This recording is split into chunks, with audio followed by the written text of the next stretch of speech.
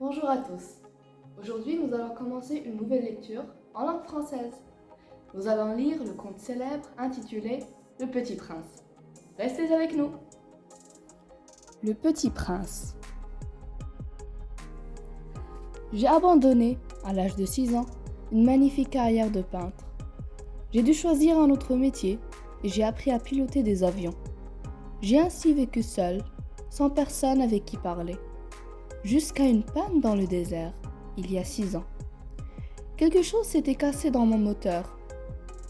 Le premier soir, je me suis endormi sur les sables, à 1000 milles de toute terre habitée.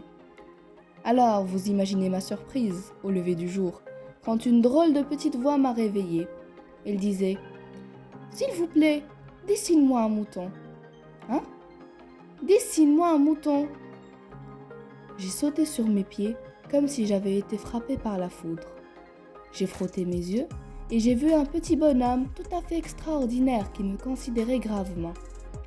Je lui dis, avec un peu de mauvaise humeur, que je ne savais pas dessiner.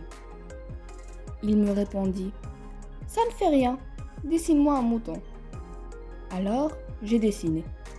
Il regarda attentivement, puis « Non, celui-là est déjà très malade, faisons un autre. » Je dessinai encore. Mon ami sourit gentiment. « Ce n'est pas un mouton, c'est un bélier, il a des cornes. » Alors je griffonnai un dernier dessin. « Ça, c'est la caisse. Le mouton que tu veux est dedans. » Je fus bien surpris de voir s'illuminer le visage de mon jeune juge. « C'est tout à fait comme ça que je le voulais. Crois-tu qu'il faille beaucoup d'herbe à ce mouton ?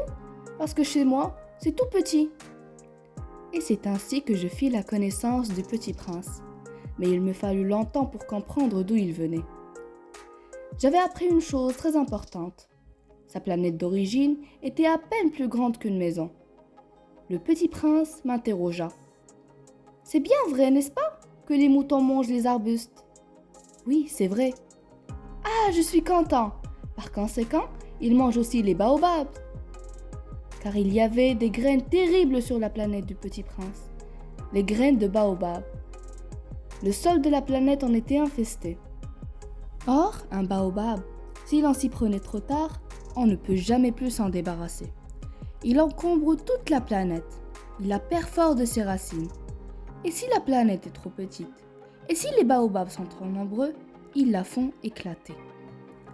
Le petit prince me demanda avec brusquerie. « Un mouton, s'il mange les arbres, il mange aussi les fleurs. » Un mouton mange tout ce qu'il rencontre. Même les fleurs qui ont des épines ? Oui, même les fleurs qui ont des épines. Alors les épines, à quoi servent-elles ? Les épines, ça ne sert à rien. C'est de la pure méchanceté de la part des fleurs. Après un silence, il me lança avec une sorte de rancune. Je te crois pas. Et si je connais moi une fleur unique au monde qui n'existe nulle part sauf dans ma planète ? Il éclata brusquement en sanglots. J'appris bien vite à mieux connaître cette fleur. Elle avait germé un jour d'une graine apportée d'on ne sait où. Le petit prince avait surveillé de très près cette brindille qui ne ressemblait pas aux autres brindilles. Mais la fleur n'en finissait pas de se préparer, à l'abri de sa chambre verte. Elle choisissait avec soin ses couleurs, elle s'habillait lentement, elle ajustait un à un ses pétales. Elle ne voulait pas sortir toute fripée, comme les coquelicots. Eh oui, elle était très coquette. Et puis, voilà qu'un matin, elle s'était montrée. « Ah, je me réveille à peine. Je suis encore toute décoiffée. » Le petit prince alors ne put contenir son admiration. « Que vous êtes belle !» Il l'avait vite tourmentée par sa vanité. Un jour, il avait dit au petit prince « J'ai horreur des courants d'air. Vous n'auriez pas un paravent ?» Horreur des courants d'air. Ce n'est pas de chance pour une plante, avait remarqué le petit prince. Cette fleur est bien compliquée. Le soir, vous me mettrez sous globe. Il fait très froid chez vous. Elle avait toussé 2 ou 3 fois pour mettre le petit prince dans son tort. Alors, le petit prince, malgré la bonne volonté de son amour, était devenu très malheureux. Je crois qu'il profita pour son évasion d'une migration d'oiseaux sauvages.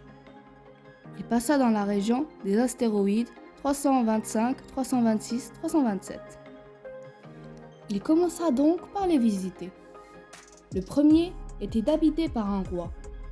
Mais le petit prince s'étonnait. La planète était minuscule. Sur quoi le roi pouvait-il bien régner ? Sur tout, répondit le roi avec une grande simplicité. Le roi, d'un geste discret, désigna sa planète, les autres planètes et les étoiles. Et les étoiles vous obéissent ? Bien sûr, dit le roi. Elles obéissent aussitôt. Je ne tolère pas l'indiscipline. Un tel pouvoir émerveilla le petit prince. Il s'enhardit. Je voudrais voir un coucher de soleil. Ordonnez au soleil de se coucher. Ton coucher de soleil, tu l'auras. Je l'exigerai, lui répondit le roi. Ce sera Ce sera ce soir, vers 7h40. Et tu verras comme je suis bien obéi. Je sais bien qu'il est revenu à sa planète, car au lever du jour, je n'ai pas retrouvé son corps. J'aime la nuit écouter les étoiles.